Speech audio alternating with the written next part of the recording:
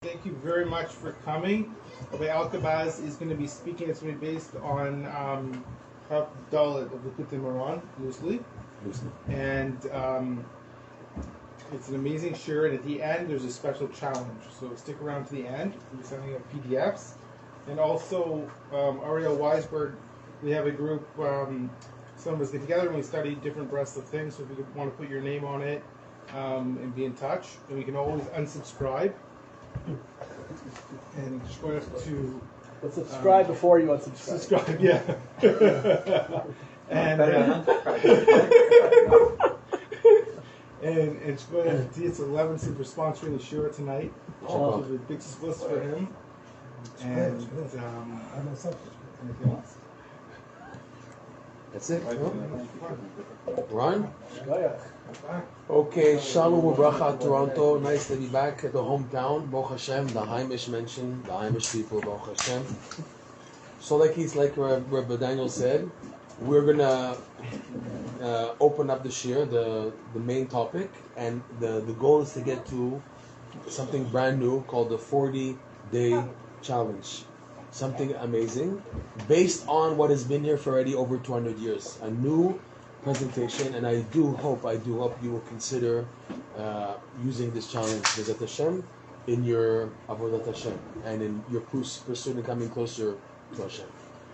We're going to start off with an introduction in order to get to the point we want to get to. We're going to go into a story from the Gemara, an unbelievable story in Masechet Bechorot. It's called the Wise Men of Athens, Savid ve'Atuna. The challenge, the meeting between Rabbi Yeshua ben Hanania and the Wise Men of Athens. If you remember, like 30 years ago plus, Feldheim put out a book called The Juggler and the King, which are the Vilna Gaon's interpretations on the Agaritas, including this amazing Gemara. Of the two or three, the biggest Mefarshim who try to go into the story as much as possible is the Vilna Gaon, the Maharsha, and the Maharal. But unknown to the most of the world is Rav Nosson, also in the Likutei Halachot, has an unbelievable opening on this story. Why is there a big deal made on this story? Because Rabbi Nachman himself made a big deal of this story.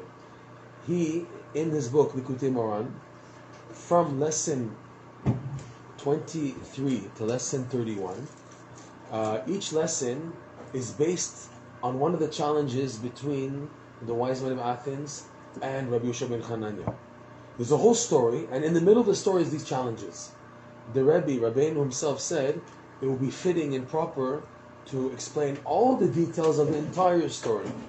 So Rav Nosson points out that you see was Rabbeinu's wish to really open up the story, but it never happened. This is what prompted Rav Nosson in Likutei Halachot, Hilchot Shabbos, Halacha Vav, to open up the whole story, the parts that Rabbi Nachman didn't touch upon. So we're going to go into the story quickly and to specific points that are related to the challenge that is developed by the Rebbe in lesson 24. The story in short is like this, that Rabbi Yeshua ben Hanania, who by the way is buried in Tzfat, below the Mikveh Da'ari, if you recall, there's like a steps going down from the Mikveh Da'ari in Tzfat, and you have on the right what was mistakenly until now called the kever of Hoshea ben Be'eri. Rav Chaim Vital in his time writes that's in his time also people called it Hoshea ben Be'eri, and he says it's a mistake. That's the kever of Rabbi Yeshua ben Hanania. Okay, he was called the wise man of the Jewish people, Chachmai de Yehuda'i, because he was very clever and cunning and sharp. And whenever the Yidden, the Jews in Eretz Yisrael, needed an opening, a salvation, to have a representative to go to the emperor in Rome from the Roman Empire, he was the one sent because he had a good presentation. The emperor loved him. The emperor of Rome found favor in his eyes, Rabbi Yeshua ben Hanania. So once on his many trips, and we'd go for Pidyon Shvui and for whatever, so the emperor asked the following question to Rabbi Yeshua ben Hanania. Again, all this is the Gemara Masechet Bechorot. It's one of the few places where the Maharsha sticks out to say that when you see these amazing stories in the Gemara, you should know that all the deepest secrets of the Kabbalah and everything are hidden in the Agaritas of the Shas. In fact, there's a Perush that says that the Zohar Kadosh, was opened. 1 second, please. Let me just close there. Here we go. Okay, so back here. The Zohar was opened by the Arizal. The Ari Kadosh opened the world of the Kabbalah, opening the deep meaning of the Zohar. And who's going to open up the secrets in the Midrash and the Agaritas? Mashiach. Mashiach's main thing will be to open up what's hidden in all the stories of the Gemara and the Midrashim, to show you where it's holding. It's on a higher plateau, believe it or not, than the Kabbalah in the sense, because it's a hidden format. Zohar is clear, Kabbalah here and there. You don't understand what's going on. The Arizal opens it up. But the Midrash, where it's stories, and you flipping out to see what's behind the story, this is what's going to be Mashiach's role. In the meantime, Baruch Hashem, Rav Nosson and Rabbi Nachman, they did open up many stories, as you can see in the Kutei Moran and Rav Nosson's book, the Kutei Halachot. So going back to the story, the Emperor of Rome asked Rabbi Yishua ben Chananya, please tell me how long is the pregnancy period, the gestation period of a snake?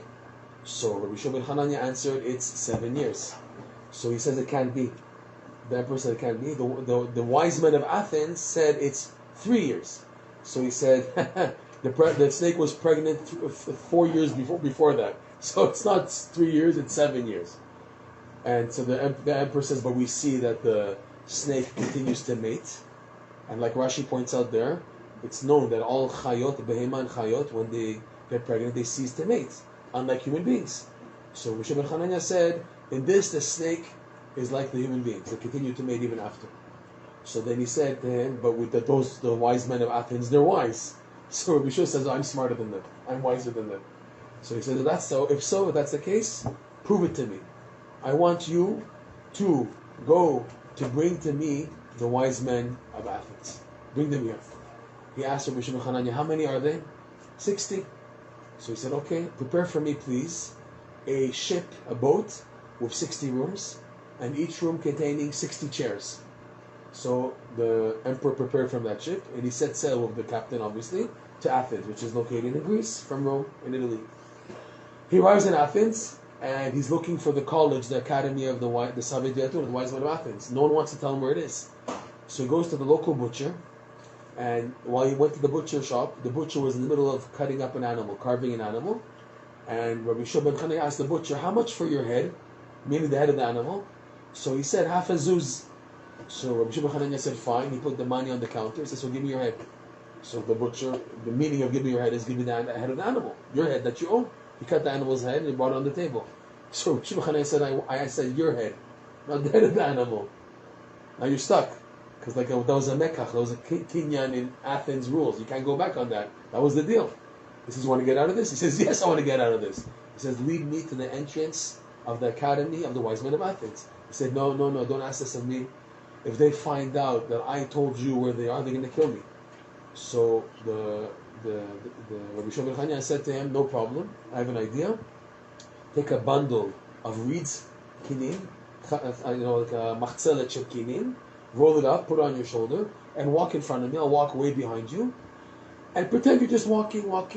When you reach the entrance, or the area that's facing the entrance of the academy, stop. Pretend you're taking a break. Put down the bundle of reeds. Like pretend like you're schwitzing, whatever. And then continue. I will know that's my indication that that's the entrance. He said, very well. He did that, the butcher. He led him. He showed him. He did the whole process. He put down the bundle. He continued walking. And Rabbi Yishua ben Chananya found the entrance. He came towards the entrance. What does he see there? He sees guards positioned inside and guards positioned on the outside of the entrance. And he understood why was that the case. Because they were ordered to kill anyone who leaves or anyone who enters. And how could they tell of anybody who leaves or enters? So they had on the mashkof, on the threshold, poured bran, subin, bran. Why bran? Because the footprints are readily noticeable. When someone walks on bran, the footprints are really clear. So the wise men of Athens poured bran on the threshold so that they can see if there's footprints going in or going out. That way they know who to kill. The guards on the inside, if there's footprints leading from the academy outside, they would kill the guards on the inside. And if there were footprints going inside, they would kill the guards on the outside. And he understood, he saw the patrol of the wise men of Athens who were checking on the guards that they're doing their job, that there's no footprints on the threshold. He understood also they can only kill somebody who passes the entire threshold. So what did Rabbi Yishua ben Chananya do? He flipped his sandals backwards, and he walked backwards on his sandals up to, but not including, the other edge of the threshold. And they were warning him, "Go back! We're going to kill you! We're going to kill you!" The guards on the inside, because he's walking with footsteps backwards, right? He walked up to the threshold, and then he walked back in his footsteps, and he went outside to see what would happen. When the patrol came of the wise men of Athens, they saw footsteps leading from inside out, so they killed the two guards on the inside. And they left. They swept and cleaned the brand to make it neat again. And they left on the patrol. In the meantime, they have to find new guards on the inside. And then when they left, again, Rabbi Shimon Hanania walked with his sandals now flipped properly, and he walked again up to the edge again of the threshold. He didn't walk entirely, so the guards couldn't kill him. And then he walked back, and when they came again to patrol, they saw footsteps going in, so they killed the guards on the outside. So the entrance was left temporarily with no guards to watch it. So he's able to go in. He goes into the academy, and he sees the wise men positioned in two sections, the upper level and the lower level. On the upper level, he saw the younger wise men of Athens, and on the ground level were the elders. And he saw that this was a trick. That if he would greet first the elders that were really old on the bottom, the ones on top would say, "But we're on the top. We're more mechubad." And then if he would greet the ones on the top who were younger, the ones who were old on the bottom would say, "But we're the older ones." So he got the trick, and he said to them, "Shalom aleichem, shalom to all of you."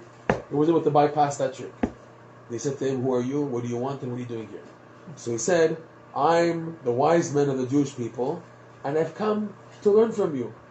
They said, "Okay, very well. We have a few questions to ask of you. We want to challenge you." So he said, "Very well." Just 1 second, I just lost connection here. Bad connection. Rabbi Moshe, we try our best. Okay. They said, "We want to ask you a few challenges." He said, "Very well. If you win me over, you can do with me as you wish. But if I win the challenges against you, I ask that all 60 of you come to eat bread with me on my boat, on my ship." So there's about 12 challenges approximately. Okay, and like I said, Rabbi Nachman goes into each lesson, the Kutei Moharan goes into a different challenge. There's 2 that he left out, fine. The one we're going to go into goes like this. They asked him, "Where is the center of the universe?" Emtsa'uta de alma hecha. Zakfa etzba'ata. He raised his finger and he pointed right over here. They said to him, "Miyemar, who says that you're correct, that this is the center of the universe?" So he said to them, "Aitu ashle umoshchu." Bring a rope, a cord, and measure. You'll see that this is the center of the universe, okay? Just to show how ridiculous the arguments were. Another funny one, the funniest one in my opinion, is they brought 2 pieces of cheese in front of him, and he said, "Please tell us which comes from the white goat and which comes from the black goat." So he brought 2 eggs. He says, "First you tell me which comes from the white hen and which comes from the black hen." Okay? It's funny. When you hear the story, you can't laugh. You can't resist from laughing because it's ridiculous. Fine. B'kitzur, in short, we're not going to do all the details. He won them, did all the challenges. So they agreed. They came to his they went after him to his ship. They followed him to his ship. Before he left the actual terrain, the land of Athens, he brought with him a sack, Rabbi Shimon ben Hanania, and they filled it up with earth from Athens, from the ground of Athens. And then he led them onto the ship one at a time. He took the first one, he brought him in to the first room. He said, "You sit here," and he locked the door. So he's sitting in one of the 60 chairs. So what does he assume? The other 59 chairs are for the other 59 wise men of Athens. So he sat there waiting and getting bored. What happens when you get bored?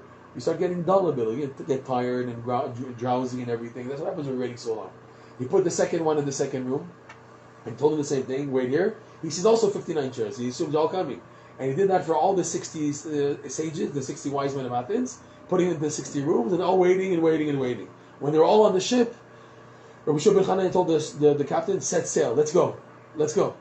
So he set sail, and between Athens and Rome, on the sea, they passed by what's called the Bay Blué. Bay Blué is what we call in English an eddy. An eddy is a type of tornado in the sea, which sucks up everything. So the ship passed the edge of the tornado and didn't get sucked into the sea. It just passed the edge.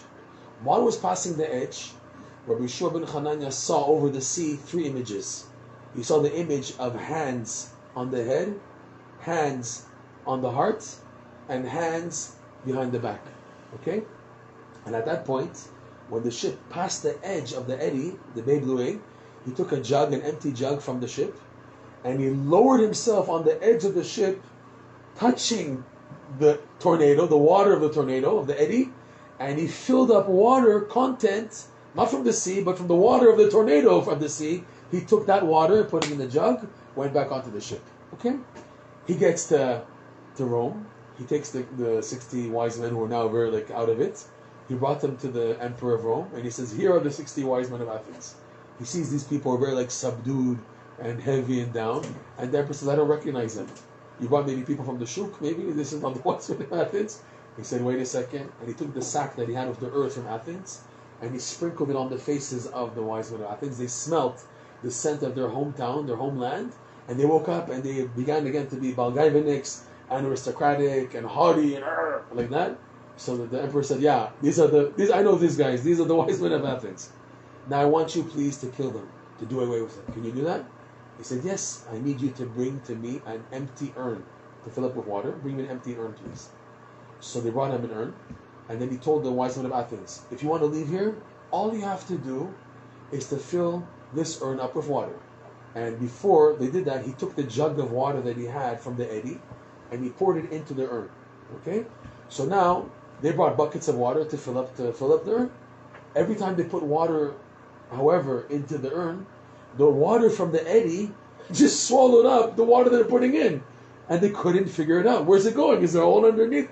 Where's it going? The water from the eddy content was swallowing up the other water that they kept on pouring in. They couldn't figure this out. This is the Gemara, but this is the Gemara in Bechorot, Daf Chet Amud Beis. So they couldn't accept something so irrational, so illogical. And they kept on filling it up until they all died of exhaustion because they were so against their logic, they couldn't accept it. They didn't want to accept it, that they agreed to go all the way. They wouldn't be calm until they figured this out, until it would get filled with water. And the initial water from the Bay Blue was just swallowing up the water they kept on putting in until they just died and never got filled up. Okay? Rav Nosson in Likutei Halachot, you can see the entire story. It's in Likutei Halachot, Halacha Shabbat Halacha Vav. It's about 2, 3, 4 pages. Rav Nosson goes into every detail of the story. Okay? It's been translated into English even in the BRI edition of the Likutei Moharan. You can see it there. We're going to go into just 2 of them until we get to the challenge, which is what I want to get to.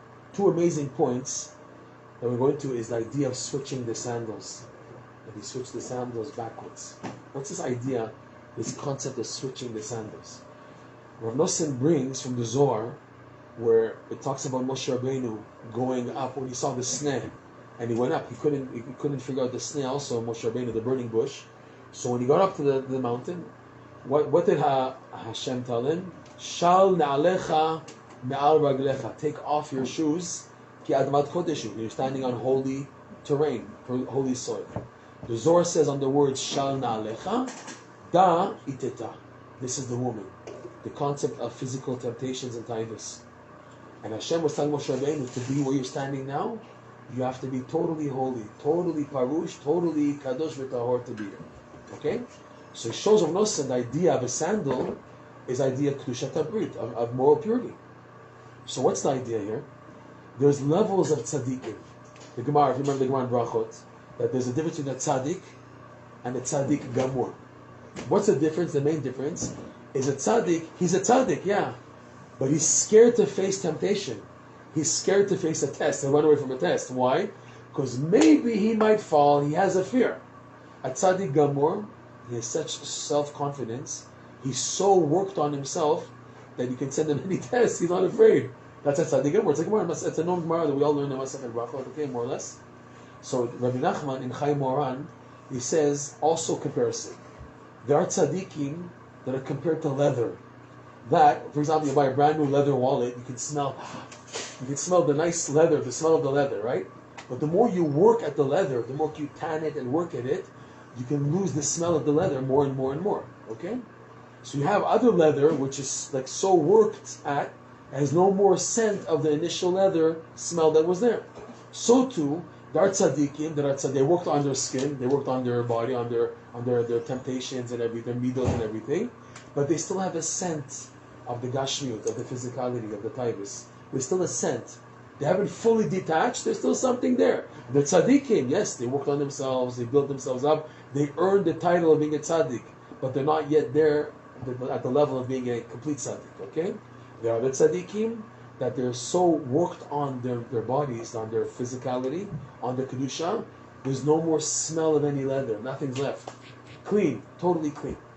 So going back to Rabbi Shimon Hananya, Rav Nosson explains switching the sandals is the idea of a tzaddik working on himself. The idea of the tzaddik is the idea of shal nalecha. The Zohar says that. Da'iteta, that's the physical tablet. What was the inyan? Rabbi Shimon Hananya saw the guards preventing him from entering the academy of the wise men. That meant what?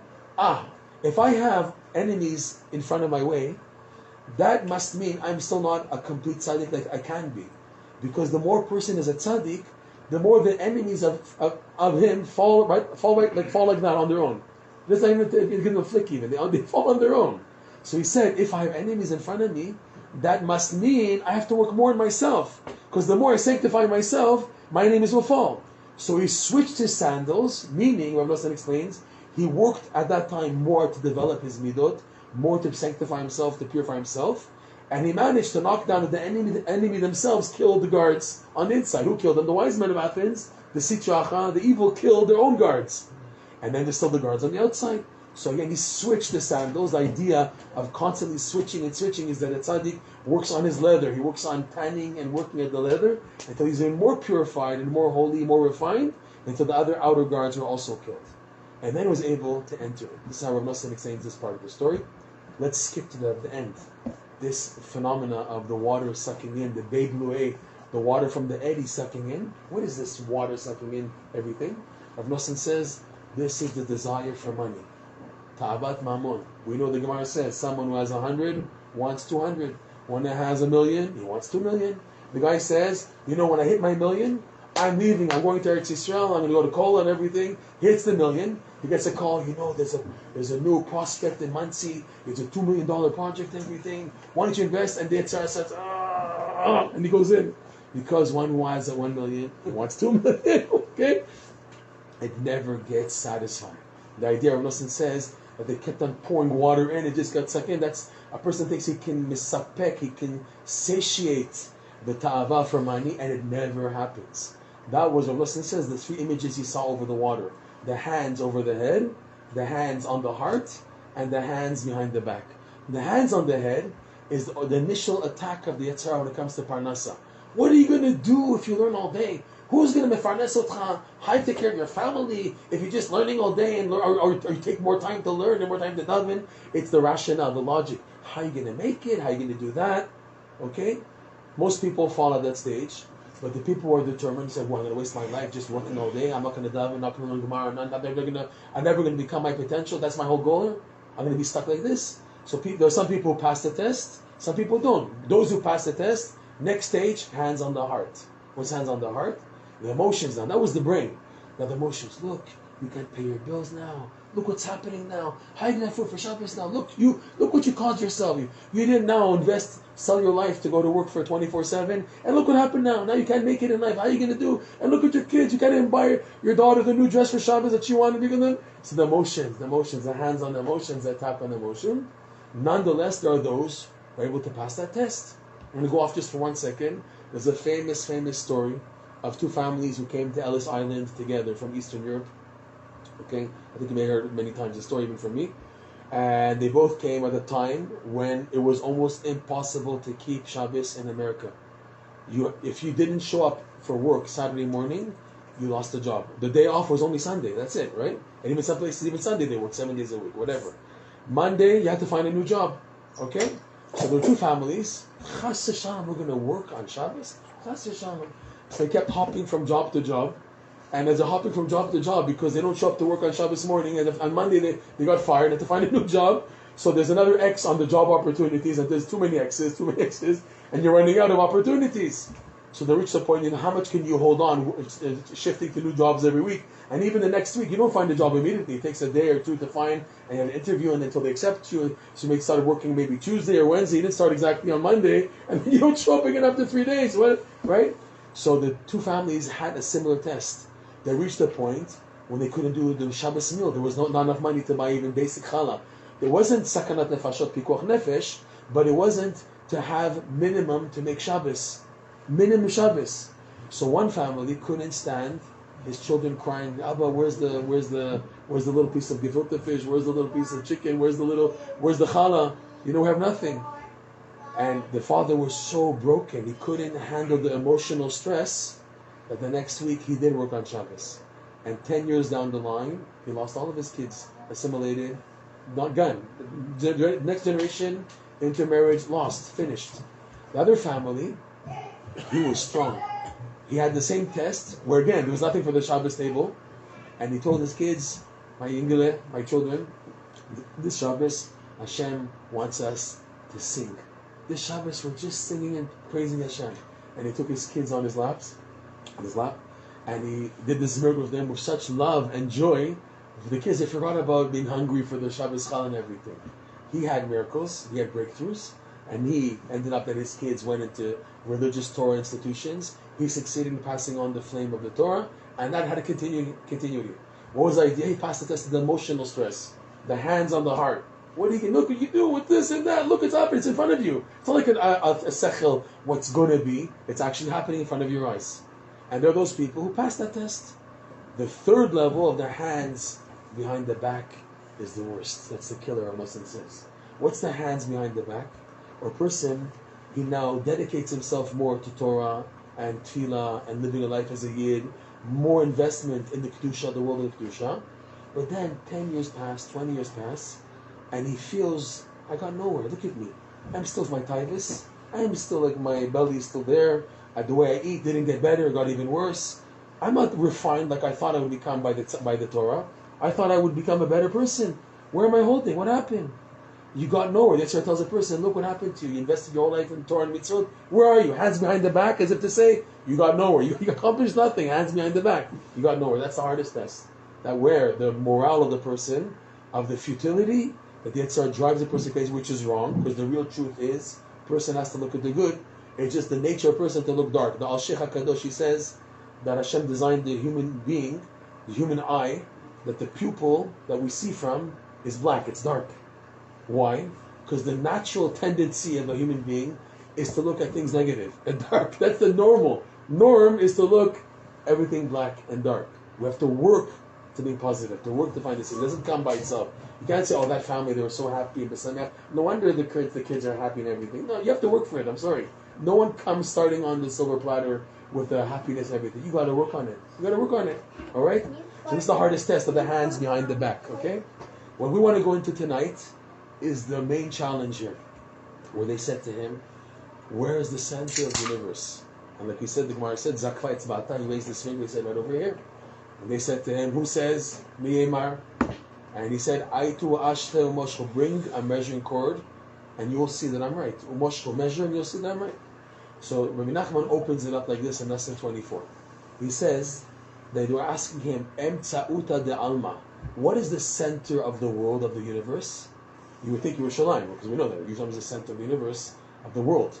But more than that, what shines into Yerushalayim is what's called the infinite light, the Or Ein Sof. The Or Ein Sof is the center of the universe. Why? Because everything in this existence, in this physical world, any light you see in this world comes from the infinite light. Look at the word for Or, light. The Gematria, Aleph is 1, Vav 6, that's 7, Reish 200, 207. Exact same Gematria as Ein Sof. Ein Sof, infinite one, is exactly 1, 6, 50, 60, 6, 80, 207 also. That any light coming down to a person in this world is coming from the infinite light. Whenever anyone, the Goyim even, any ambition and drive a person has, any light, a goal that a person makes, to open a business, to get married, to buy a house, to have children, achlas orchim, and the kedusha, to finish shas, to get up every morning nets, to work on myself, to work on my middle, to work on Shemot HaLashon, on the kas, never again, I'm never going to fall into the area, right? Any drive that a person has as a goal, who's pushing that drive? The Ein Sof, Hashem. It's just that we don't see that because the Ein Sof can't be visible in this world. Because if this world would have a revealed exposure to the Ein Sof, it would disappear. Because this world is 180 degrees opposite the Ein Sof. It's called Olam. Olam is from the word Ha'alama, concealment. Okay? It's a concealment. It's concealing the infinite lights. Two opposites. Okay? Our job as Yidden is by doing mitzvot, we connect this world to the infinite light. We spoke about this in the class last night. I just mentioned it again for those who were there. The word mitzvah has hidden in it Yud K, Vav K. The Vav He of mitzvah is from the Vav K of Yud K, Vav K. And the Mem Tzadik, if we do what's called Atbash, the Gematria Atbash, we take the 22 letters of the Hebrew alphabet and you fold them into two, 11 here, 11 here, so that the first letter corresponds to the last letter. So Aleph is now Tav, Bet is Shin, Gimel is Resh. In that format, Mem corresponds to Yud, yes, and Tzadik corresponds to He, having here Yud K Vav K. We don't have the Mem Tzadik Yud K revealed because Yud K of Yud K Vav K is really the part of the Ein Sof Baruch Hu. In the Kabbalah, Yud K is called the Ein Sof revelation in this world. It can't be revealed in this world, so we covered up Mem Tzadik, which means though our connector to reveal Hashem's presence, the infinite light in this world, is doing the mitzvot. It's not exaggeration to say that when you hold tefillin in your hands, you put on tefillin, you mamash are connecting to Elokut, godliness. The famous statement that you all know, Oraita, Yisrael, Vekucha Brichu, Kol Achad. We're all one. The Torah, Am Yisrael, and Hashem are one. Torah being, the goal of Torah is the mitzvot, the performance of the Torah. It's one of Hashem. That means this is Kucha Brichu. Yes, Lulav and Etrog in its right time, not its wrong time. You know the joke. There was a Rav Nosson once saw a chassid davening shacharis with such energy, but at 2 in the afternoon. So Rav Nosson said, it's like having a beautiful etrog for Hanukkah. Okay, mitzvot, when done within the parameters of halacha, are accessing Yud Ke Vav Ke. Yes, it's mamash godliness you're holding. You do a mitzvah, you know you're within the parameters. The parameters of halacha means b'diavad also, shadachak, ones, there's a chatmila, but you know you're within the parameters of halacha, you are activating Yud Ke Vav Ke. Phenomenal. That's the mitzvah. That's the mitzvah. You bring down the light of Yud Ke Vav Ke into the world, okay? But it requires work to do that, okay? They asked him now, where is the center of the universe? Or Ein Sof itself? Because now the mitzvah is connecting this world to Hashem, and the driver of every human being is when there's light in his life, he runs after it. The classic example is Har Sinai, right? Hashem told Moshe Rabbeinu, Hagdel et Har, I want you to put a wall around Har Sinai. Why?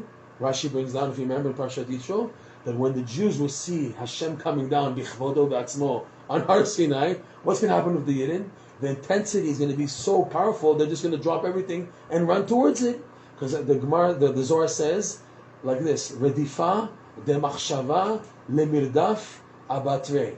It's the tendency, it's the nature of the human mind to run after the infinite light. Anytime a Jew or person sees light in their life, so it's automatic they drop everything and run to it. That's what they want. People need light in their life because if there's no light, there's only darkness. So it's a tendency when a Jew has exposure to spiritual light, yes, that the tendency is to run to it, but they can't reach it. There's a wall. There's what's called the prisa, a wall that doesn't let a person touch to it. Why? Because if they do connect to the infinite light, they'll disappear. Avita tehila mi gushe afar mi kutze chomer, from the pure team of the Yamim Noraim. Hashem wants to be praised from dafka, the physicality of this world. Hashem created this world so that mankind should reveal Hashem from within the concealment. We said in yesterday's class, I'll say it again, the famous Gemara, that in time to come, Latid Navo, there will be no more Chagim, only Purim. Purim is the only Chag. Kol Chagim niftalim, v'imei Purim lo niftalim. Why? Because the difference between the other Chagim with Zecher and Yetziat Mitzrayim, which was open miracles. You're not going to believe if you see 10 Makot and the splitting of the Red Sea. Of course you're going to believe, right? You see big miracles, of course you're going to believe. There's no question. What's the Chidush? When you see on the timing of Achashverosh and Mordechai and Haman and Esther, the whole timing and the sequence of the Megillat Esther, you have to be blind not to see Dashgacha Pratit. There's no mention of Hashem even once in the Megillah, yet you see from beginning to end Hashem's role in the story, right? So for Hashem, it is the biggest accomplishment that when from Teva, He's revealed. Rabbi Nachman said, when Mashiach comes, He's not going to even shoot a single bullet, a single missile. He'll have the whole world under His feet within the powers of nature. Just by davening and His koach of speech, He's going to have the whole world on His feet. No open miracles and boom, bam, and this and flying in the air. Forget it. That's not needed. The greatness of Mashiach is that we're able to use the Teva itself to reveal Hashem at the highest capacity while still within the Teva. And that's what Hashem wants. Hashem wants that in the Olam, the concealment, to be revealed from within the Olam. That's the biggest accomplishment. So the infinite light, going back, the Zohar says, there's a prisa, a wall, a mechitza. It's called the Keter in the Kabbalah, the sphere of the Keter. Okay? So it stops, showing that you don't see where it's coming from, but continues from behind, after the wall. So all the Shefa coming down is after the wall. They were asking the wise men of Athens, how is it possible for a person to bypass this wall? Meaning, even though he's in a physical existence, he can still tap into the infinite light itself. Because the Zohar says, it continues, that nonetheless, a person can connect to the infinite light in a format called mate vela mate, which means touching and not touching, reaching and not reaching, in and out. There's a format that a yid is in and out, and he in that way can perceive the greatest perceptions. Okay? This, the in and out, by the way, he says afterwards, Rabbi Nachman, in that lesson, it's when a person has setbacks in life. He's advancing, he has a goal, he's determined, and then all of a sudden, something happens. If it's a shalom bayit issue, a chinuch issue, a health issue, or a drive issue of the ratzon, things all of a sudden sidetrack him in life, everyone, like Rabbeinu Tam says in Sefer Yashar, everybody eventually in life gets hit. Some people when they're young, some people in the middle age, some people at the end, but everybody goes through a nisayon in life. No one is exempt. Why is that? Because this is what builds a person, life's experiences, and the attitude a person has when he's pushed back. This will determine his success in tapping into levels of awareness of Hashem, that even if you were to learn Shas and Poskim a million years, it won't be enough to perceive this attitude. Life itself brings the biggest musar and havana of Yiddishkeit and God more than anything else. But what's the key? How you took it, the bounce back. Okay, he says in the lesson, the key is simcha. When a person works a lot on simcha, when he is faced with a setback, he takes it properly, as opposed to the guy who's concerned of advancing in the light and the thing, and then when he gets pushed back, he feels like so abandoned by Hashem, they crash. Most people, for example, you see this classic, a lot of Baal Tshuvas, a lot of converts who come, they start flying super high, and then they get crashed. Where are they? The guy had beard and pace and everything, and the guy's no longer keep a skinhead earrings, chas v'shalom. What happened? What happened? You were one day a malach, and now you're a galach. That's the expression, right? One day malach, one day galach. What happened? Because the crash was so intense by the person, because he didn't know how to take it. The crash is inevitable. The down is inevitable. The person turns it into a crash because of his attitude. They didn't have the simcha strong enough to know that this is part of the growth. This is part of the process to come close to Hashem. And how I take this will be good. We bought tonight the 7-Up drinks because they say, I have a joke in Eretz Yisrael, it's a breast of drink. 7-Up. Sheva Yipot Tzadik Vakam. 7 up. You got it? That's a breast of drink, okay? That we're experts in knowing how to get back up. That's what we're doing. That's what's demanded of us of a year. It's also 7 heavens. What? It's also 7 heavens. 7 heavens, no, fine. Also in Yiddish, untake fart hop. Hope in Yiddish is to be happy. Hope, you know that word in Yiddish? Hope? Untake fart hop, right? You know, am I correct? It's in Rav Noson's letters. Untake fart hop. So 7 hop, up, hop. You know that? Okay, fine.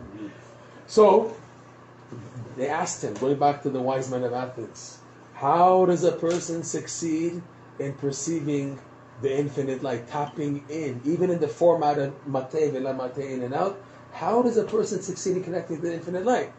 He raised his hand, raised his finger, and he said, through the concept of the hands, through the finger, which is the hands, and the hands, Rabbi Nachman teaches the concept of bracha, because all bracha come down to the hands. Classic example, Birkat Kohanim, Parshat Shmini, on Rosh Chodesh Nisan, inauguration of the Mishkan. What does it say? Vayisa Aaron et yadav, I think it's El Ha'am, Vayvarchem. Aaron raised his hands to the Am and blessed them. From that pasuk in Masechet Sota, within all the laws of Birkat Kohanim, right? They have to have the hands sticking out. Vayisa. Lasa is raising, has to be at least on face level, not lower, right? There's all the halachot in the Shulchan Aruch from the Gemara in Masechet Sota on this pasuk. Fine.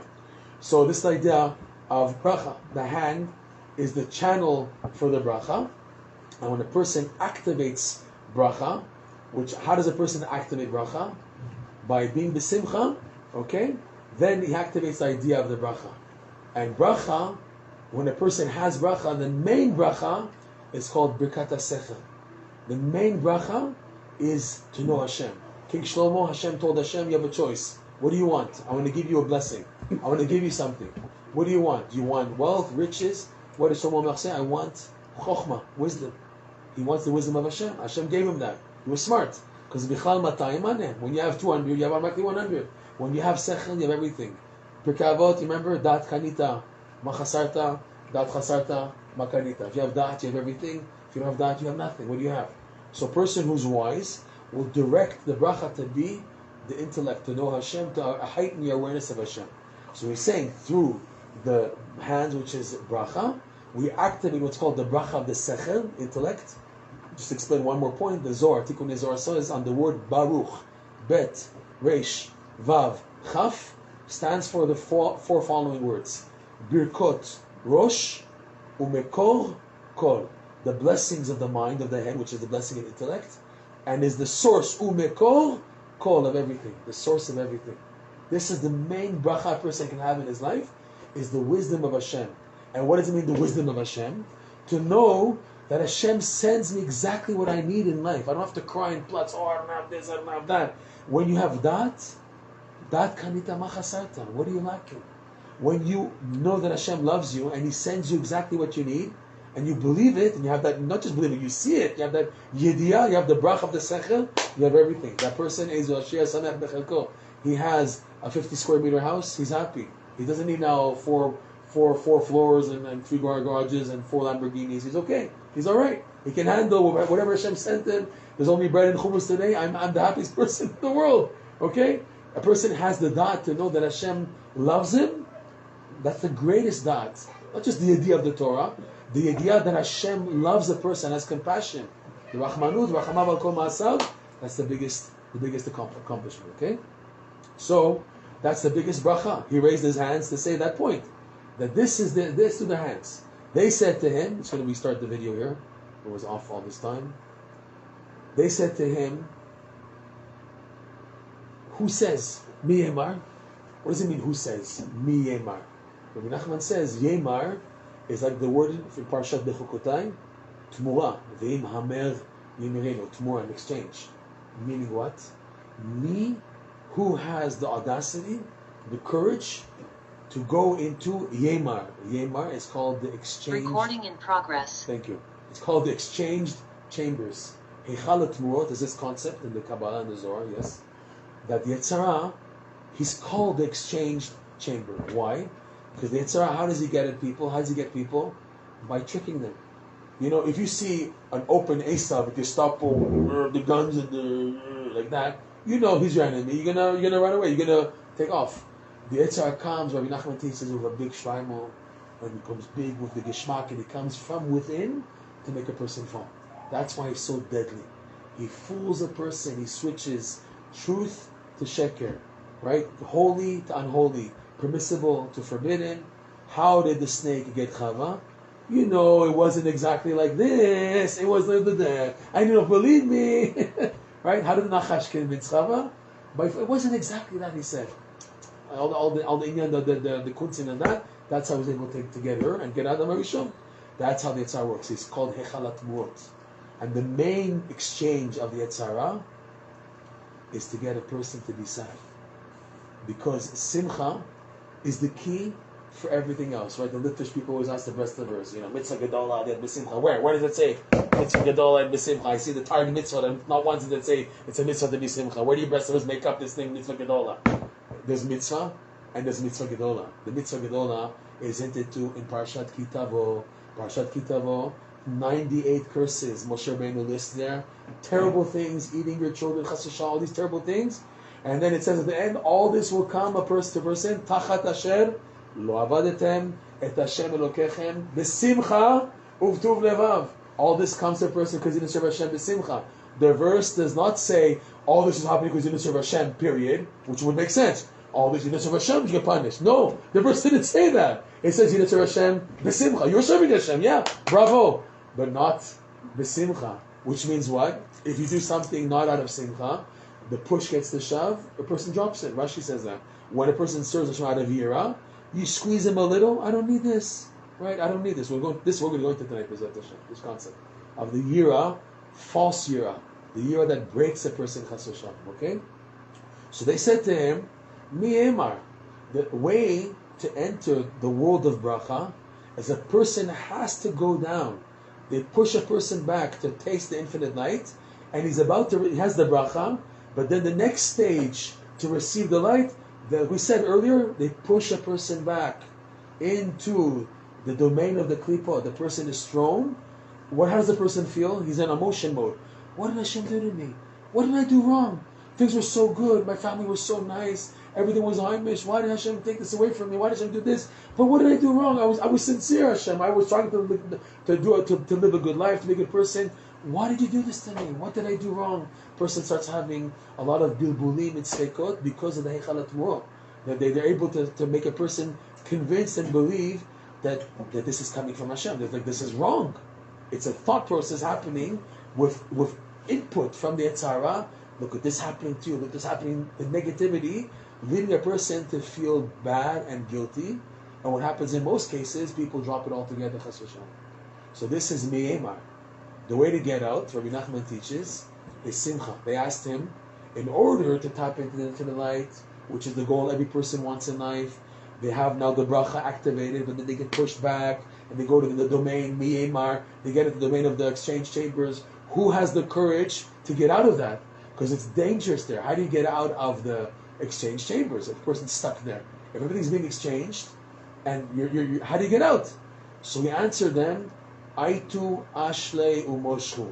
You yourselves will bring a rope and measure. Meaning what? Aitu, you in time to come, when Mashiach will come, and everyone, the Jews from Toronto, will come back to Eretz Yisrael like everybody else. Right? It's going to be such a simcha. Aitu, it says there, the psuki that we read 2 weeks ago in the Haftarah, from the Zayin de Nechamata, Batsabim or Bapaparadim, the Jews will come back in fancy carriages. Today means like the nice Delta airplanes and the jumbo jets will come back in nice first class situations going to Eretz Yisrael. Okay? So, Aitu, you yourselves, the Goyim, you the wise men of Athens, the Sitracha, the evil, the Goyim, by extension, will be the ones to bring us back. Aitu Ashle, and that will be the destruction of you guys. Moshchu, Rabbi Nachman teaches, Moshchu means limdod. Limshoch in Aramaic is to measure. And the word medida, measurement, appears in Shmuel Aleph, where King David took the Moabites, he slaughtered the Moabites. The psukim in Tanakh say he measured them, he laid them on the ground, and they measured, was moded, by madedem, and then he killed them. He cut them into half. So that's the idea. Rabbi Nachman says that Medina means to kill. He said to them, Rabbi Shimon said, you in time to come will be the ones to bring us back. That's when there will be such simcha, and that will be destroying you. That doesn't answer the question. Well, how did he answer the question? So he explained in the last night's class, we'll go over it again, that the only way to get out of the exchange chambers is a person has to force himself to be happy. Because the exchange chambers, their job is to make a person sad, lethargic, futile, negative, down, depressed. That is the job of the Yetzer Hara. When he got that to a person, he won.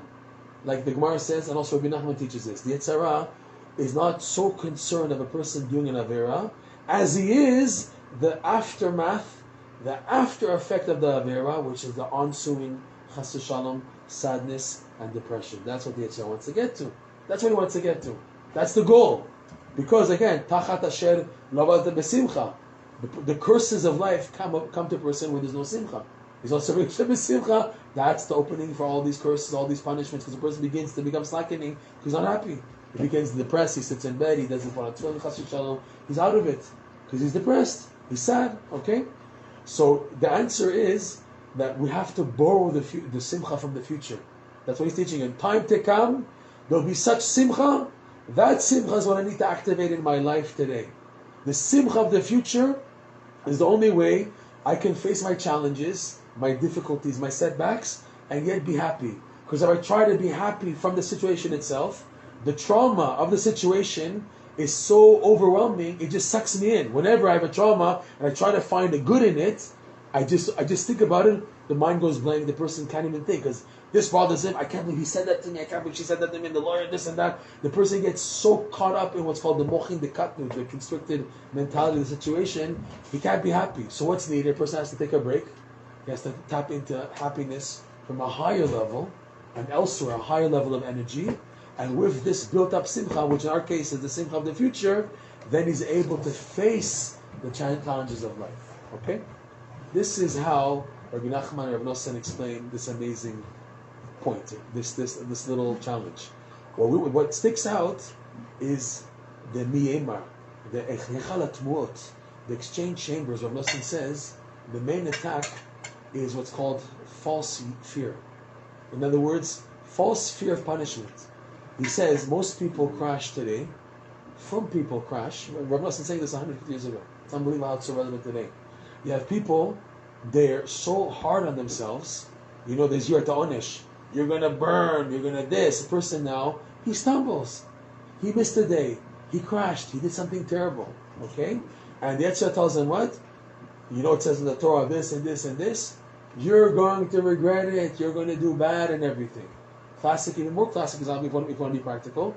The case of off the derech children, it's when the parents are too tough on their kids, right?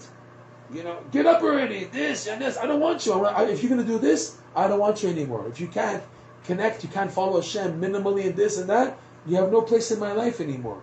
In other words, the yirat ha'onesh is now, it's supposed to be positive. It's supposed to be what's called yirat Hashem tosif yamin. It's supposed to add days. Instead, it pushes people off. It pushes people off. That's not Yirat Shamayim. Yirat Shamayim is supposed to bring you closer, not to push you off. You use the Torah to get people pushed off. What in the world is going on? Rav Nosson asks, what happened? This is how the Yetzer Hara is able to get people. He uses the Torah itself to knock down. Minei ubei. Minei ubei. From the Torah itself, he gets people. The Torah has some chayim, an elixir of life, and has some mavet also. The Torah itself, that's how the Yetzer Hara gets the people. That's the Hechalat Murot. He uses the Torah. Look at you. You're such a failure. You're never going to make it. You're never become a Rosh Yeshiva. You're never going to finish Shas. You're never going to become somebody. You're never going to have a nice Shalom Bayit family. You're never going to be normal. You're never going to lose weight. You're never going to be nice and able with your kids. It's never going to happen. Just stop already. And look at you. You're just worse and you're going to be punished and this. He uses the Yira for bad. That's not Yirat Shamayim. That's not the purpose. It's not the purpose. It's Rabbi Nosson says just the opposite. If I am so bad as you Yetzer Hara telling me in my head, so just the opposite. If that's the case, I do have to get up. I have to start again. Because Yetzer Hara is trying to tell a person, take a vacation already. Stop trying to be such a firm person and try to hold on to emunah. Just be like everybody else. Everybody gave up. Like we said, everybody's Tisha B'Av. You want TTC, everybody's Tisha B'Av. The world society is, everybody's sad. Good morning, sir. Yeah. Good morning. Tisha B'Av. Good morning, sir. Good morning. No one's happy. No one's happy. Because the Yira, by us, it's negative. It's being used in the wrong format. You're supposed to bring people close with it. And instead, it's pushing people farther. That's the Hechalat. That's the biggest, Rav Nosson says, Hechalat Moa. What can I do to be safe from this? Because Yetzer Hara is attacking with these ideas, using the Torah itself. Another classic example, right? The guy, he's aimed to trying to wake up for nets every morning. This is a simple example, right? He sets an alarm clock for nets. And instead of waking up with nets, not only does he not make it from the second minyan and the third minyan and so he wakes up like 10 in the morning. So Yetzer Hara says, you're good for nothing. He says it to himself, you're good for nothing, you're nobody, you're never going to make it. Just use it. Why are you good for nothing? Because you didn't wake up for nets. I'm using the Yira itself of the Torah and using it to attack you. The person's subconscious, the Hechalat Mu'at is doing it. How to get out? Rav Nosson says, this is why today, more than ever before, people need tzaddikim in their lives. You ask, why do you need tzaddikim? Why does Hasidim drive us nuts with a tzaddik and a rebbe? Why do I need a tzaddik? I learn Torah, I know Shas, I have my yeshiva system, I have Rebbeim to explain the Gemara we go into and we learn. I have the life of the Torah, the light of the Torah. Why is that not enough? It's not enough because the challenges we face today are so deathly crazy that the traditional Torah that we're facing is, yes, not enough to attack for the attacks. Proof is, look who's falling off. Look what's happening in the past 200 years. since Mendelssohn and the Haskalah and from, look what's happening. The majority of Jews in the world don't know Shema Yisrael. They don't know any Kesher Yiddishkeit. The majority of Jews in the world are still not religious. We're still a minority. In Eretz Yisrael, in North America, we're still a minority. Those who believe, and even those who believe, they have their daily tests. Most of them are just the pain and the negativity. They just try to hide it. It's inside. They try to pretend that they're happy, but they're being eaten inside. We need tzaddikim. Rabbi Nachman teaches in Chaim Moran that before Hashem brings down, gives the okay to allow tzaddikim to come down to this world, so you can manage with what's called the traditional status quo Torah tradition from generation to generation. It's enough. That's how we held on until now, and we can continue to hold on. But when Hashem gives the green light for big neshama to come down, it becomes impossible to stand up to the choshech, the correlating, accompanying choshech that comes down into the world. Also, why? The theory of Einstein's theory of relativity. For every positive force, there's a negative force. Okay? If now a big tzaddik who can enlighten the world comes down, there comes with it a choshech so thick, so dark, that it's impossible to be saved from that choshech without connecting to the tzaddikim. So Nosson writes, yes, you try traditional mode of Torah, let's see if it works. It works for 1 of every 100. So you say, okay, I'm happy with 1 of the 100. Yeah? What if it could have been more? What if it could be 20 of 100 who made it, or 30 or 40? Why not do you bring it down to only 1 of 100? Make it better. Let it be more accessible. How? That's why there's tzaddikim. What do the tzaddikim do? They know how to understand the year of the Torah and use it to help a person, not break a person. When a person is surrounded by tzaddikim, his life is involved with tzaddikim, so no matter what he goes through, so they're always sending him a message. We're not talking about a person now who lechatchila does bad things and I have a tzaddik to rely upon. It's okay, I have this tzaddik. We're talking people who are sincere, who are honest, who are really trying, and they have setbacks. The best person can have a setback. The best Bachar of Yeshiva, I'm sorry to say I was in a certain yeshiva in America that I learned, and the best Bacharim of the senior year, they confided with me that they had problems in Pnam Brit. They didn't tell anybody else, but we were Bacharim, and I heard this from them. You flipped out. They were getting the award of the Bachar of the year, the best learner and everything, the best midot, but he had problems in the Brit, which we know the Torah says the whole Brit, the end of the Brit, it's Gematria 612 of the word itself, 613. Without Brit, you have nothing. If there's no Kedusha in the Brit, all the Torah is going to the other side. It's like the Zohar says, it's Megale Razeh ala Chitzoni, taking the secrets of the Torah and throwing it to the other side. So, what's needed is access to tzaddikim who give a person hope, who know how to take the message of the Torah and not break a person with it. When a person's alone, then the yira becomes lira'ah. The Yirat Shamayim, the Yirat Ached, the Yirat Ha'onesh breaks a person, chas v'shalom. Because he's negative himself. Look at you, didn't wake up. Look, you didn't do this. I should have done this, should have done that. Look how my kids turned out. If I was only more like this, if I just did an extra half an hour on Avodah Banim, they would have turned like this. The person has all these things that he's guilty and guilty and guilty and negative. But was that the solution? It happened now. And now you're just worse off, chas v'shalom, until you reach a point where you just... They have a joke. When does a Baal Tshuva switch from being a Baal Tshuva to a Baal Bait? When he starts talking in Chazrat HaShatz. That's the indicator that he went over, that he doesn't care anymore, chas v'shalom.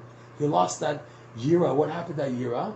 The guilt a person has from falling so many times in life begins to overwhelm a person until he loses it.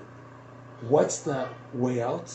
The way out is that there are tzaddikim who shine, they mastered, they made it.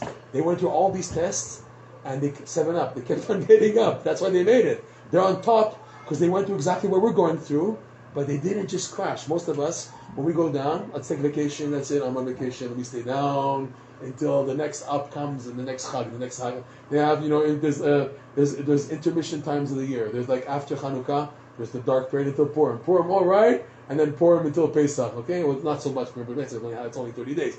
But then Shavuot until... There's a big down from Shavuot until Rosh Hashanah. You have Tisha B'Av, summer vacation, everyone's brain is just blogged and clogged and they eat, whatever.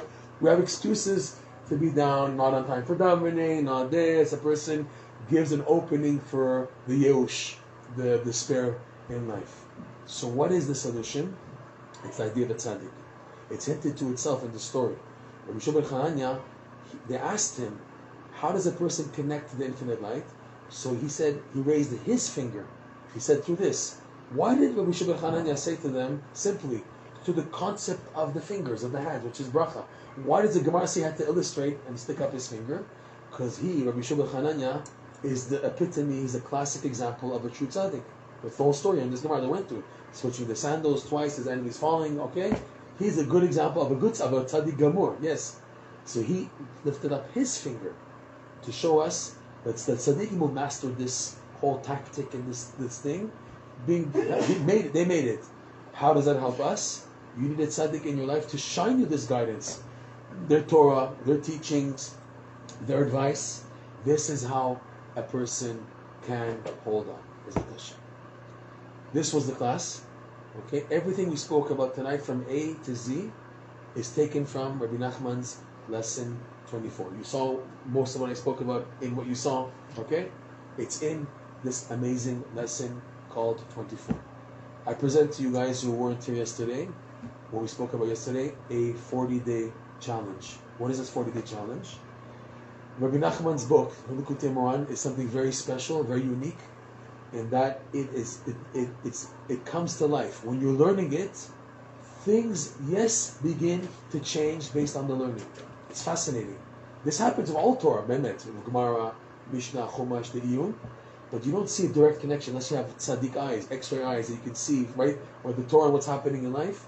You have to work hard to see the daf yomi and how it's connected to daily living. You need a lot of siyata d'shmaya to see the ramazim on the daf as it's connected to what's happening in my life today. Tzaddikim have those eyes, but the average person doesn't.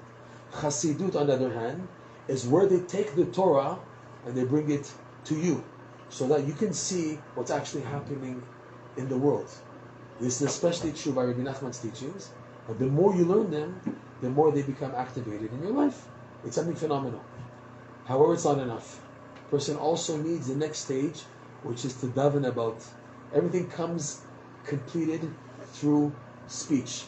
Tefillah. Tefillah is what completes the person's whole journey in serving Hashem from koach el hapol, from potential to actual. It's the faculty of prayer, right? Nafshi yatzah bedabero, shir shirim. The nefesh of a person is expressed with the speech. Yatzah bedabero. He explains Rabbi Nachman in this context that the nefesh of a person comes out. The potential comes to actual through speech, specifically the dibur of prayer, speech of prayer. So, Rav Nosson, Rabbi Nachman's disciple, wrote a book of prayers on Rabbi Nachman's Likutei Moharan. Each lesson has a corresponding prayer. We presented here 2 PDF files for everyone to you can contact me to get them, no problem. I have a 40-day chart on this lesson 24 with the prayer to do it, to say it and learn it and pray it, daven it for 40 days straight until you see changes in your life in this area of what we spoke about tonight. The simcha, the holding on in the ups and downs, not giving into the exchange chambers, being strong and positive, knowing how to handle the bounce back properly and not crashing. All these ideas are in this lesson. And the more you daven about it, the more you learn it, the more you see it in your life activated, the healing. In other words, the more simcha you can bring into your life. It's a 40-day challenge. I dare all of you to take this challenge on yourselves, B'ezrat Hashem. So here at Son, we should be zochet to be besimcha, because the pasuk says in the Navi, Ki besimcha tetzeu. Only through joy, besimcha, we will get out of our galut, B'ezrat Hashem, and we should strive to trying our best to serve Hashem and focus on the simcha of what we're doing. It's one thing to do things. Okay, I have to do this, I have to rush, I have to get to the mikveh, I have to do Shabbat shopping and all the things else. It's one thing to do things like that, but other thing to do things and to be happy about it. And if I can't be happy, at least I know what I have to work on is to be the simcha on doing things until we reach a point where mamash, a person is cool about everything in life and he has that simcha yirat, which we zoche to have a simcha and not to be broken from the false yira. Use it to bring us closer to Hashem. Thank you so much. I'd also like to say that Al Class is going around